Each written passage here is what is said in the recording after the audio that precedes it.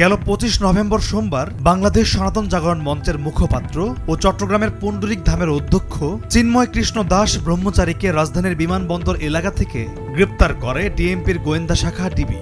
আর এ নিয়ে পরবর্তীতে চিন্ময় কৃষ্ণ দাসের ভক্ত ও অনুসারীদের সঙ্গে সংঘর্ষের ঘটনায় নৃশংসভাবে প্রাণ হারান সাইফুল ইসলাম আলিফ নামের একজন আইনজীবী। আর এই উত্তপ্ত পরিস্থিতির মধ্যেই সম্প্রতি ধর্মপ্রচারকের মুখোশধারী চিন্ময় দাস ব্রহ্মচারীর এক নোংরা ইতিহাসের খোঁজ মিলেছে। ২০২৩ সালে শিশুদের যৌন নিপীড়নের দায়ে অভিযুক্ত হয়েছিলেন চিন্ময় কৃষ্ণ ব্রহ্মচারী।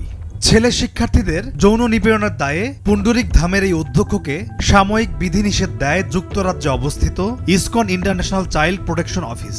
সম্প্রতি এমন একটি চিঠি আমাদের হাতে এসে পৌঁছেছে। সেই চিঠি থেকে জানা গেছে, ইসকন নেতা ও পুণ্ডরিক ধামের অধ্যক্ষ চিন্ময় কৃষ্ণ দাস ব্রহ্মচারী একজন যৌন বিকারগ্রস্ত মানুষ।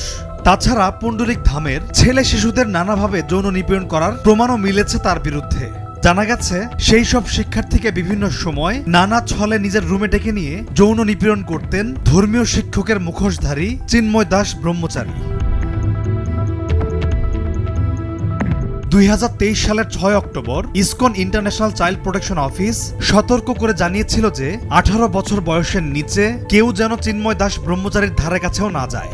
সেই চিঠিতে শিশু নিপীড়নের অপরাধে চিন্ময়ের উপর সাময়িক বিধিনিষেধ আরোপের পাশাপাশি চিন্ময়কে কিছু সময়ের জন্য কীর্তন করা এমনকি শিক্ষাদান থেকেও বিরত থাকতে বলা হয়। চিন্ময়কে গ্রেপ্তারের পর বিভিন্ন সনাতনী সংগঠনের পক্ষ থেকে তীব্র নিন্দা জানিয়ে বিবৃতি প্রকাশ করা হলেও আজব বিষয় হলো, তার নিজের সংগঠন ইসকনই নীরব রয়েছে। তার ভক্তরা তাকে চিন্ময় প্রভু নামে ডাকেন, কিন্তু ইসকন সংগঠনটির শৃঙ্খলা বিরোধী কার্যকলাপের কারণে তিনি সহ আরো কয়েকজনকে গেল জুলাই মাসে ইসকন থেকে বহিষ্কার করা হয়েছিল। ২০২৩ সালে দেওয়া বিধি নিষেধের সূত্র ধরে চলতি বছরও তাকে বহিষ্কার করা হয়।